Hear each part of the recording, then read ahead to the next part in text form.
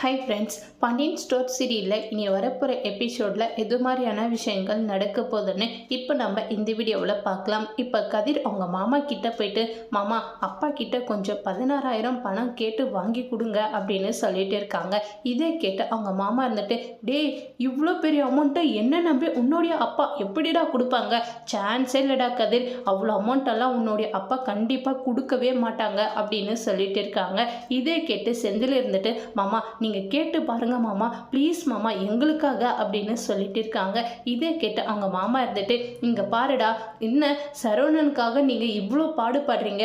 டே சரவணன் உண்மையை அவங்க அப்பா கிட்ட சொல்லட்டும், அவங்க அப்பாவே எடுத்து கொடுப்பாங்க. சரவணுக்கு பணம் தேவைப்பட்டா நீங்கள் இந்த விஷயத்தில் 2 பேரும் மாட்டிக்க வேணாடா, நான் சொல்கிறதே கேளுடா அப்படின்னு சொல்லிட்டு இருக்காங்க. இதே கேட்டு கதிர் இருந்துட்டு, இங்கே பாருங்க மாமா, இப்போ சரவணன் அண்ணன் நாங்கள் ரூமில் தான் இருக்கோன்னுட்டு அப்பாவுக்கும் அம்மாவுக்கும் ஃபோன் பண்ணி சொல்லிட்டாங்க.